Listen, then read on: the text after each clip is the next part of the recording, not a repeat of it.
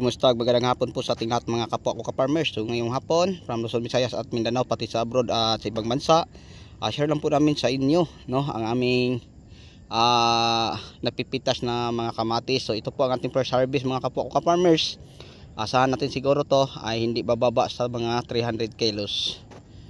So ito po mga ka-farmers, tingnan nyo, napaka ganda po no ang first harvest natin.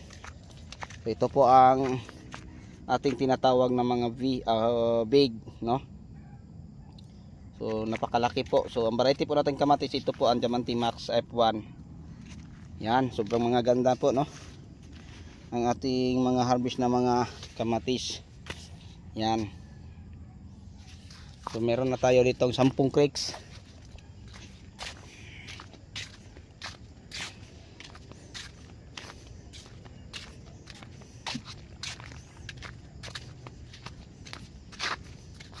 Ito ang ating medium size.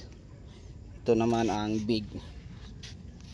Yan, napakaganda po no sa ating mga harvest na kamatis, napakaganda po. So yung na-harvest natin ay yun po ang mga finkies.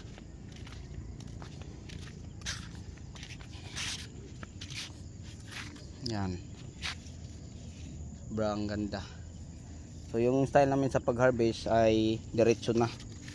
Kaya nga bit-bit namin ang dalawang crates no. Ito, pwede na to siyang pitasin.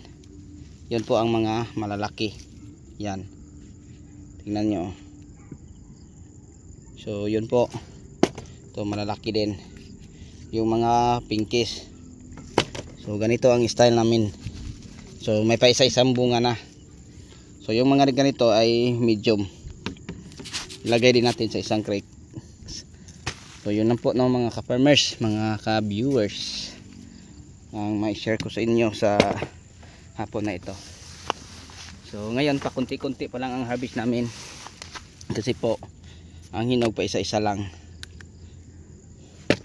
Minsan no, sa 3 puno ay may kakuha lang ng 3 or 2. Yun pa lang.